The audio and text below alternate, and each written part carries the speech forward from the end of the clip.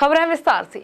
दवाई घोटाला एक ऐसा नासूर बनकर सामने आ रहा है जो न सिर्फ सरकारी योजनाओं की हंसी उड़ा रहा है, बल्कि इस घोटाले ने हजारों गरीबों को उनके हक से महरूम भी कर दिया है।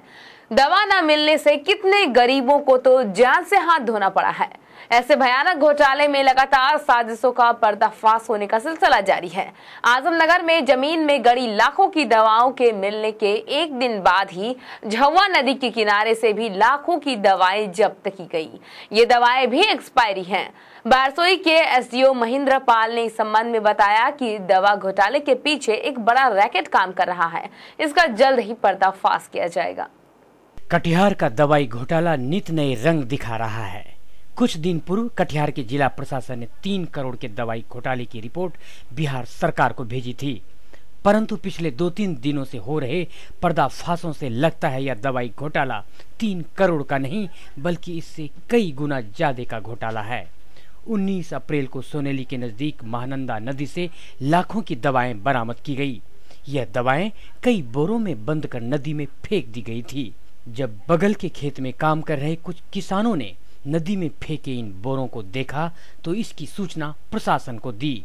सूचना मिलते ही बारसोई के एसडीओ झवा पुल पहुंचे और नदी से इन बोरों को निकलवाया। इन सभी बोरों में दवाएं थी, कुछ एक्सपायरी तो कुछ अनएक्सपायरी। इन दवाओं को देख अधिकारियों सहित सभी लोग हतप्रभ हो गए। गौरतलब है कि बारसोई के इसी एसडीओ ने एक दिन पूर्व ही आजमनगर प्राथमिक स्वास्थ्य केंद्र के पीछे जमीन में गड़ी लाखों की दवाएं बरामद की थी। नदी से मिली दवाओं को देखकर ऐसा प्रतीत होता है मानो घोटालेबाजों ने लाखों गरीबों को उसके हक से वंचित कर दिया है। खेत में काम करते हुए आए तो देखें दवा गिरा हुआ है, तो लाखों रुपया से ज्यादा दवाई होगा। तो यहाँ देखें पानी में गिरा हुआ है, तो और गिरा हुआ है तो हम क्या कर सकते हैं। क्या लगता है आपको हॉस्पिटल का तो दवा मिलता है? दवा तो नहीं मिलता है। हम लोग को दवा देता है कि बाहर से खरीद के लाओ, यहाँ हॉस्पिटल में नहीं मिलेगा दवाई, तो हम लोग बाहर जाके दवाई लाते हैं। दवाई फेंक दिया है और हम लोग को गरीब आदमी को दवाई नहीं मिलता है, जब और देता है तो ज़्यादा पैसा भी लेता है। ये दवाएं हजारों गरीबों की जिंदगी भी बचा सकती थी, परंतु ऐसा नहीं हुआ। संबंधित विभाग के अधिकारियों की लापरवाही और रिश्वतखोरी के कारण गरीबों और असहायों के लिए चलाई जा रही सरकारी योजनाएं बेकार और बकवास नजर आ रही है।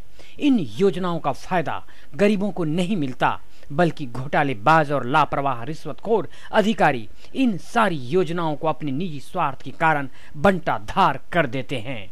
एक तो हमारा राज्य पहले से ही पिछड़ा और अविकसित है, दूसरा ये